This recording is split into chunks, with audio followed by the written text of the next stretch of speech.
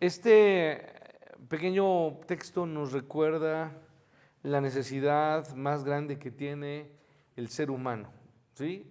La necesidad más grande que tiene el ser humano. ¿Cuál es, hermanos? Conocer a Dios. ¿Por qué? Porque Dios es como la vara que se pone en aquellos árboles que han empezado a ¿qué?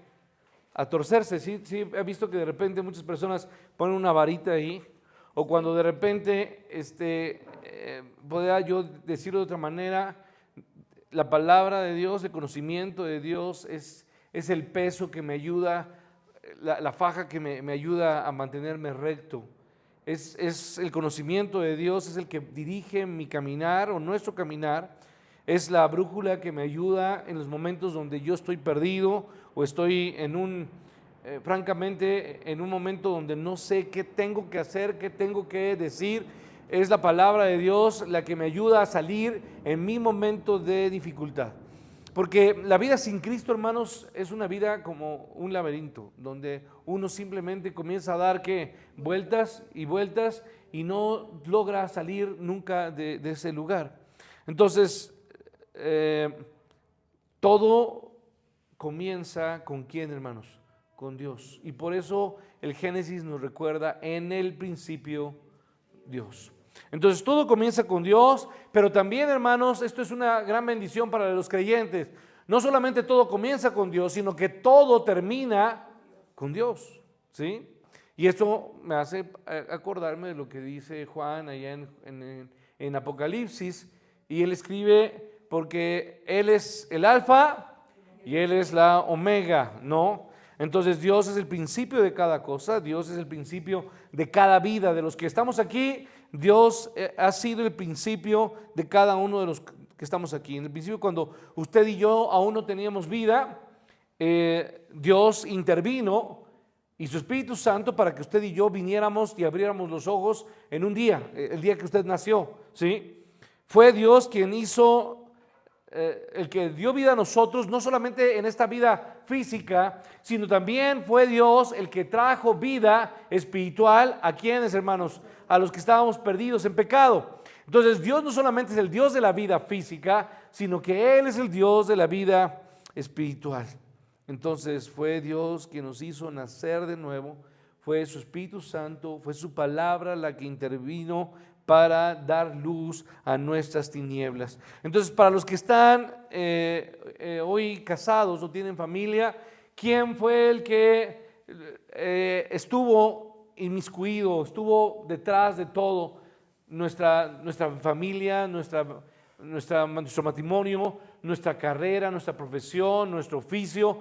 Dios es el que nos ha estado acompañando en cada una de las áreas, de las etapas, de los momentos de nuestra vida. Fue Dios el que permitió que tuviéramos un padre o una madre, si lo tuvimos, algunos no tuvieron esa bendición, pero fue Dios el que nos ha dado a un papá, una mamá, fue Dios el que nos dio, en este caso, a una esposa o un esposo, fue Dios el que nos dio a nuestros ¿qué? A nuestros hijos. Ha sido Dios el que ha estado con nosotros desde el principio. Entonces, así ha sido siempre. En el principio Dios, dice el texto, creó los cielos y la tierra. Y entonces eso me hace pensar, y yo quiero que repasemos un poco de lo que hemos visto, porque esto nos debe llevar a saber que antes de la creación Dios existía. Antes de que el tiempo comenzara, Dios ¿qué? Existía. Esa frase de Génesis 1 establece a Dios no solamente como Dios creador, sino también lo debemos entender como Dios que sustentador. Dios es el Dios que sustenta todo lo creado. Entonces Él es el dueño y señor de la creación, y eso, al ser creador, dueño, sustentador de todo lo creado, a eso nosotros podemos llamarlo a Él soberano sobre todo. Soberano es el que está por encima de ¿quién? De todos y de todas las personas. Él está entonces por encima de todo, es dueño de todo lo que existe, gobierna sobre todo y todo lo que en ella hay. De Jehová es la tierra y ¿qué? Y su plenitud, el mundo y los que en él habitan. Entonces Él es creador de todo lo que existe, es dueño, creador, soberano.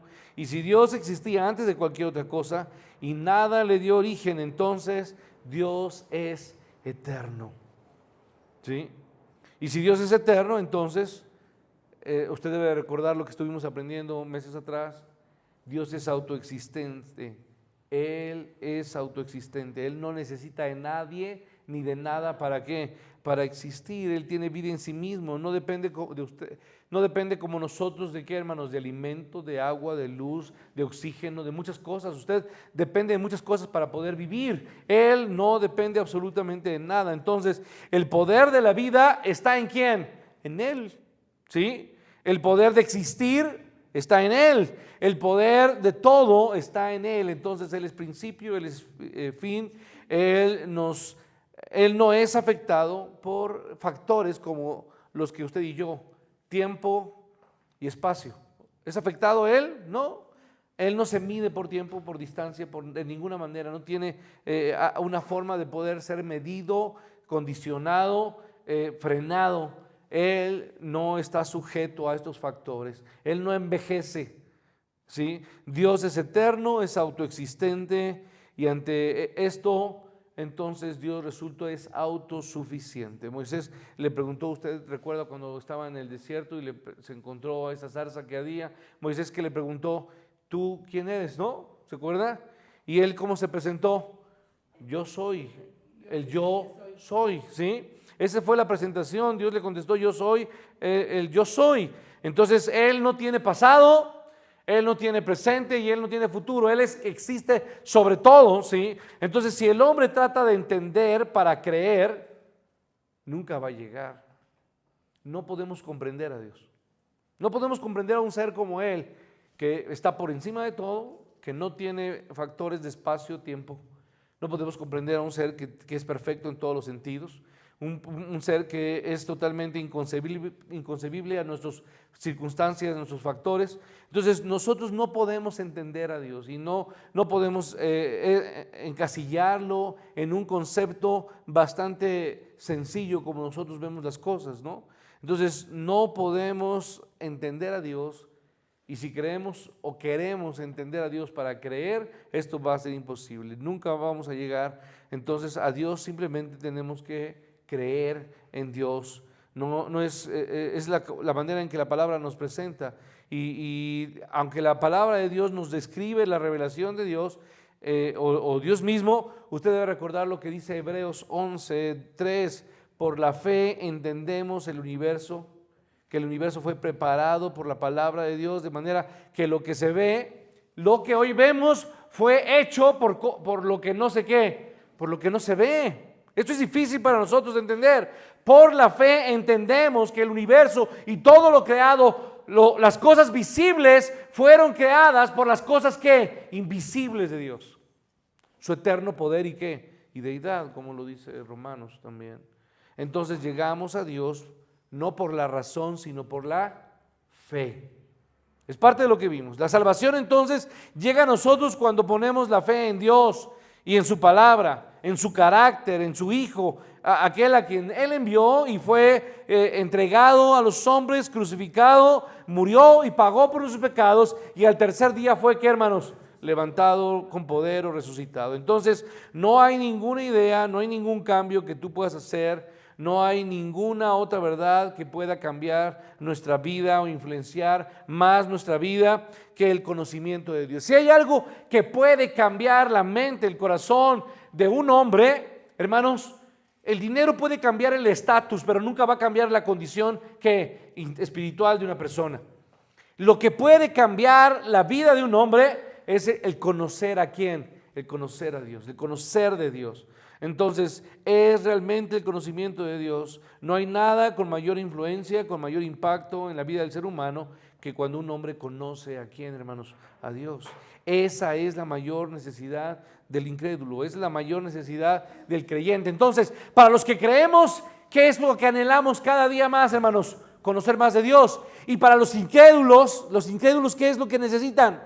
Conocer de Dios para que su vida, ¿qué? Cambie, para impactar su vida. para que su vida sea algo totalmente distinto a lo que han vivido en un conocimiento pobre y miserable de simplemente esta vida que está acondicionada a cosas pasajeras, temporales, efímeras, cosas que realmente no tienen ninguna futuro. Entonces, el conocimiento de Dios es la roca en la que usted y yo debemos edificar nuestra vida.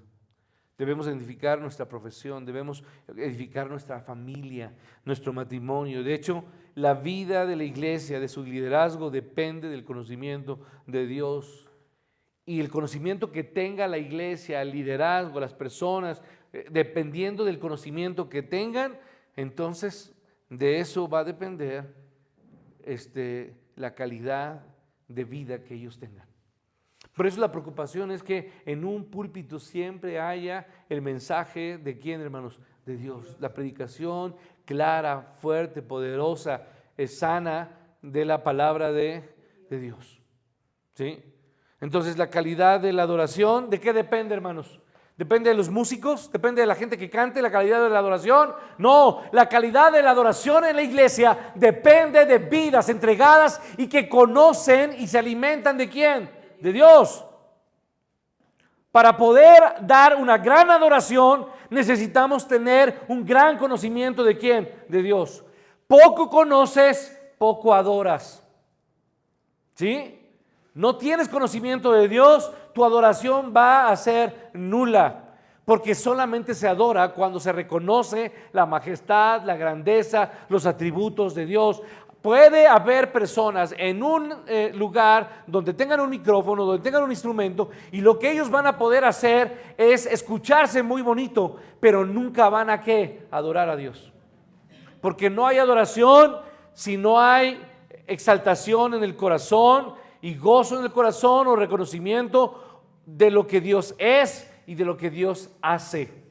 Eso es adoración, pero eso no puede existir si las personas no conocen a Dios. Entonces, la calidad de la adoración depende del concepto que tengamos del Dios que adoramos.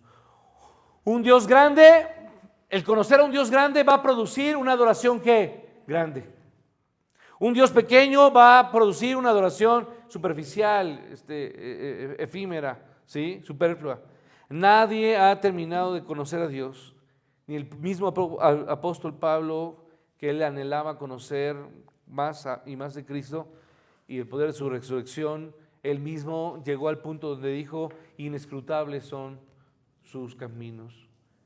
¿Y quién podrá conocer la mente de qué? De Cristo, fue lo que dijo Pablo. Entonces Moisés, después de hablar cara a cara con Dios, porque Moisés tuvo fue uno de los pocos hombres que tuvo encuentros de tiempo, diríamos de tiempo en plata o en tiempo rico, de estar tiempo y pasar tiempo ¿con quién? Con Dios.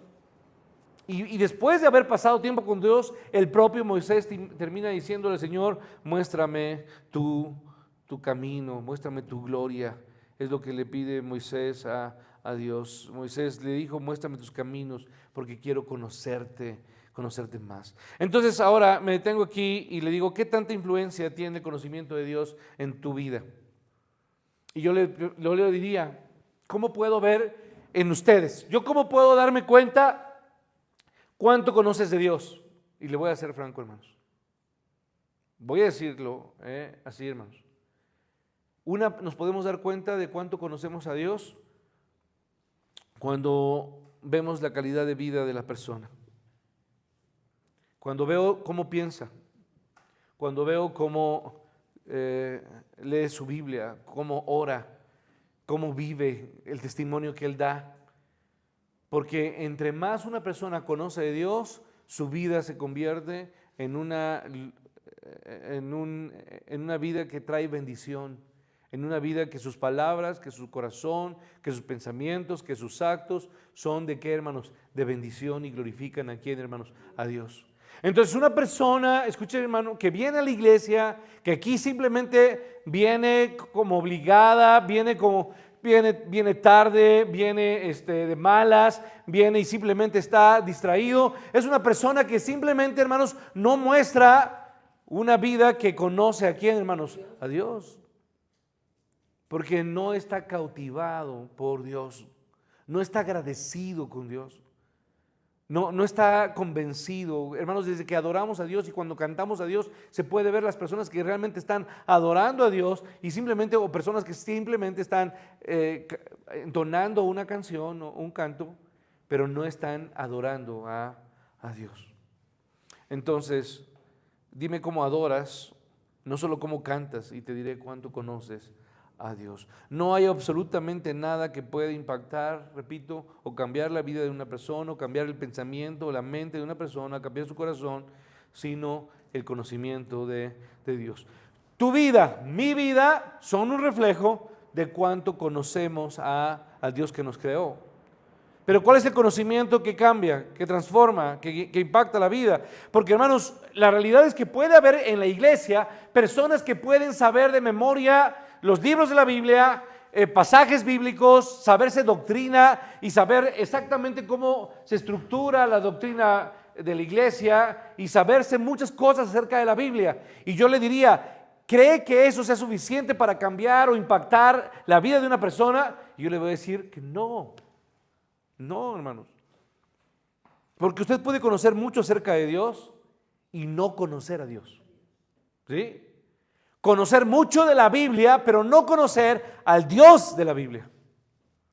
Entonces, lamentablemente eso pasa en la mayoría de las personas que llegan, inclusive estudian en seminarios, estudian teología, en institutos, o que llevan mucho tiempo en la iglesia, pero su conocimiento solamente es de memorizar, de saber, ¿sí? Pero no han sido impactados ¿en dónde? En su vida, en lo que son. Entonces, el conocimiento que verdaderamente cambia a una persona es el conocimiento que en primer lugar lo hemos adquirido en nuestra mente, porque Romanos 12:2 nos dice, no os conforméis a ¿qué? A este siglo, sino transformaos por medio del poder de la renovación de nuestra ¿qué? Mente. La renovación de vuestro entendimiento, lo dice Pablo a los romanos. Entonces, si usted medita sobre el conocimiento de la palabra todos los días y lo rumea, o se dice rumiar, ¿qué animal es el que es un rumiante? No, pero bueno, ¿qué es lo que hace? Aquí y está, mastique y mastique y mastique, ¿sí? A eso me refiero cuando yo ocupo la palabra de Dios tiene que ser rumiada, ¿sí me explicó? Masticada y masticada y masticada y masticada. Los médicos dicen que el ser humano tiene también que masticar la comida antes de comerla. Muchos de nosotros le damos 2 mordidas y lo que hacemos es tragarla literalmente. Y le perdemos, ¿qué, hermanos? El sabor, las cosas. Bueno, nosotros tenemos que aprender a rumiar la palabra, a meditar en ella y como lo dice en el Salmo 1, de día y de ¿qué? Y de noche meditar, ¿sí? Eso es lo que tenemos que hacer con la palabra de Dios, masticarla y comenzar a aplicarla en nuestra vida y comenzar a aplicar el perdón de Dios a nuestra vida. Y entonces, como yo fui perdonado, voy a comenzar ¿a qué? A perdonar a otros, ¿sí? Cómo aplico la soberanía de Dios en mi vida, de manera que ese conocimiento, el conocimiento de la mente, ahora sí, va a bajar ¿a dónde? Al corazón, ¿sí? Y luego, el conocer a Dios en mi mente y en mi corazón va a hacer que mis actos, mi voluntad que cambie, ¿sí? Lo que es los actos volitivos. A eso me refiero cuando las decisiones que tengo que hacer, mi voluntad deja de ser mía, Dios ha dominado mi mente, ha bajado a mi corazón y entonces en mi actuar, ¿yo qué? Soy una persona y comienzo a actuar de manera diferente. Lo que ha estado en mi mente baja a mi corazón y de mi corazón baja a mis actos, a lo que yo hago y a mi vida diaria. Entonces, en la vivencia es como usted y yo somos cambiados. ¿A qué me refiero en la vivencia, hermanos? En mi existencia, en lo que yo hago en la mañana, en la tarde, a mediodía, en la noche. Todo lo que yo hago es donde ahí se va a ver probado el cambio que Dios está realizando a través de conocerle a Él. ¿Sí? Ahora, Hechos 17 nos dice, porque en Él vivimos, nos movemos y somos. Entonces no puede haber nada más que cambie nuestra vida y nuestro corazón que el conocimiento de Dios. Y ese conocimiento se da cuando transcurre nuestra vida, cuando existimos. Yo vivo en Él y me muevo ¿en quién? En Él. Y soy en Él.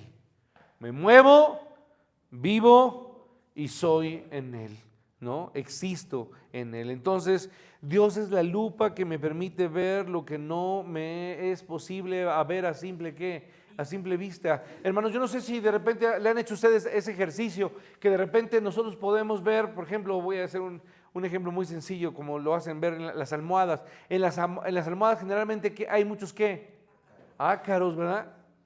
Y quizá muchos de nosotros no nos damos cuenta porque no los vemos. Hasta que entonces un aparato, una lupa, ve, entonces dice, yo ya no me voy a dormir, ¿verdad? Con esa almohada, voy a limpiar su ¿verdad? O voy a cambiar de almohada porque yo no quiero ver tanto, porque no creo que anda un ácaro ahí solo, hermanos, no, son muchos ácaros los que están allí, hermanos, está lleno, porque no alcanzamos a ver cuántas cosas están afectando nuestra vida. Y por eso el salmista le dice al Señor, examíname, oh Dios, y conoce mi corazón, y muéstrame si en él, en mi caminar, hay camino de perversidad, y guíame al camino eterno. Porque usted y yo no nos damos cuenta de muchas cosas, y entonces es Dios y su palabra y su Espíritu el que me hace ver que estoy infestado y lleno de cosas vanas, malas, que no son agradables a Dios. Entonces Dios es la lupa que me hace, el conocimiento de Dios es lo que me hace entender que estoy fallando, que mis actos son equivocados y que tengo que corregir el rumbo, porque lo que estoy haciendo no lo estoy haciendo bien. Creo que estoy sirviendo a Dios, pero lo estoy haciendo de manera hermanos, incorrecta. Dios corrija nuestra vida en cuanto a lo que tenemos que hacer. Entonces Dios es el lente que magnifica y enfoca nuestra visión distorsionada, porque nuestra visión, hermanos, está distorsionada, ¿sí? Y vemos una realidad que es equivocada. Tú y yo no vemos las cosas como son, sino como nosotros somos. Entonces, por eso el salmista que dice, o el proverbista mejor dice, ¿verdad? Hay camino que al hombre le parece perfecto. Y creemos que estamos bien, pero solamente es la palabra de Dios la que me hace entender que mis caminos o que mi andar y que mi caminar está errado, estoy mal. Y no solamente estoy mal, sino que estoy muy, muy, muy mal. Hermanos, usted debe de entender que la forma en que usted está viviendo, usted tiene que analizarla y revisarla a la luz del conocimiento de ¿quién? De Dios. Entonces las cosas no son como nosotros las vemos. Nosotros vemos las cosas como nosotros somos, y por lo tanto necesitamos de la Biblia para saber cómo Dios es y para saber cómo la vida es y lo que yo debo esperar de ella. Y yo necesito a Dios para verme a mí mismo, y ver también a los demás cómo Dios los ve. ¿Cómo veo yo a los demás, hermanos? Cuando no tengo a Dios, hermanos, ¿cómo los veo? Como tontos. Todos son unos tontos.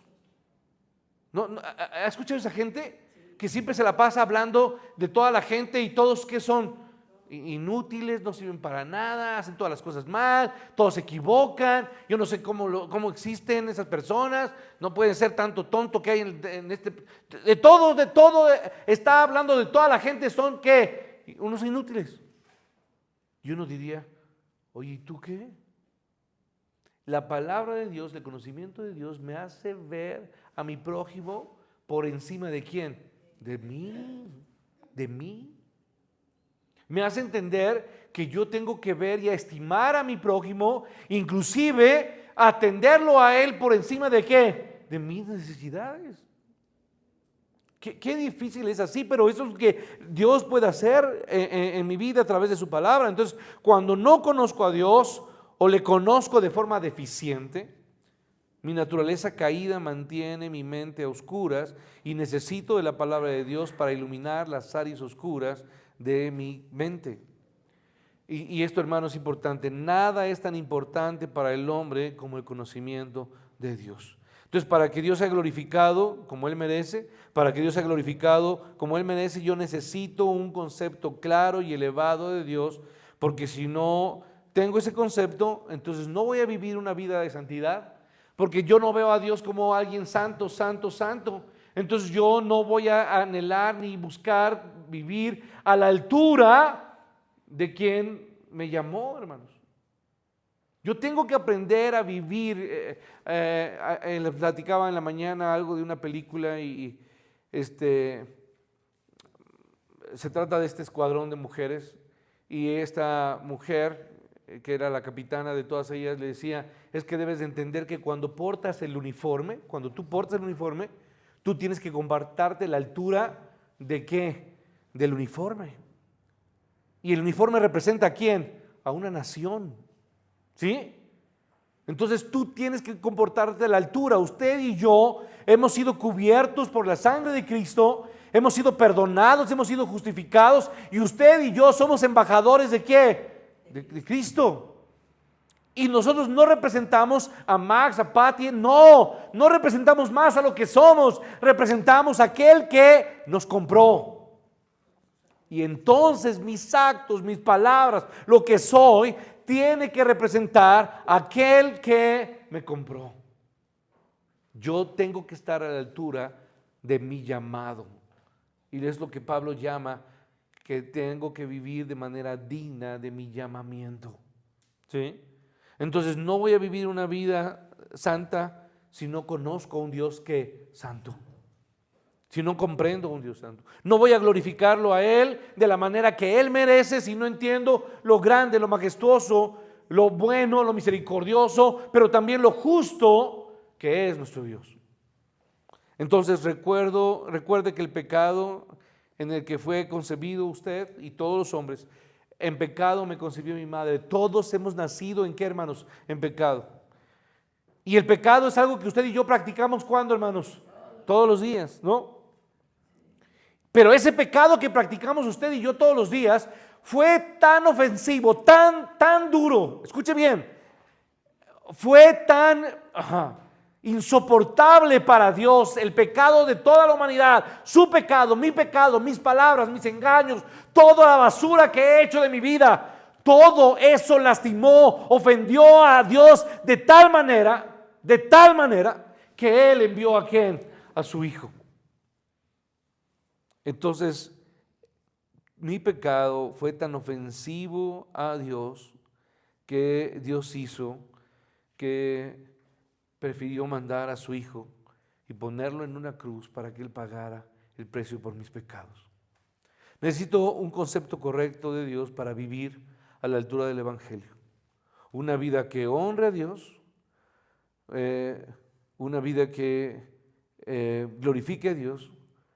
Porque cuando conozco a Dios como Él se ha revelado, como está en su palabra, de una manera indiscutible, ¿qué va a pasar cuando una persona, voy a terminar con esto, cuando una persona comienza a conocer de Dios, ¿qué pasa? Comienza a amarlo. ¿Sí me explico? Entre más le conozco, más le ¿qué? Más le amo. Y es algo que ya habíamos visto y después de que le conozco, le amo y ahora ¿qué? Le obedezco. Y entonces puedo glorificarlo como Él merece. Entonces los caminos de Dios son inescrutables, hermanos.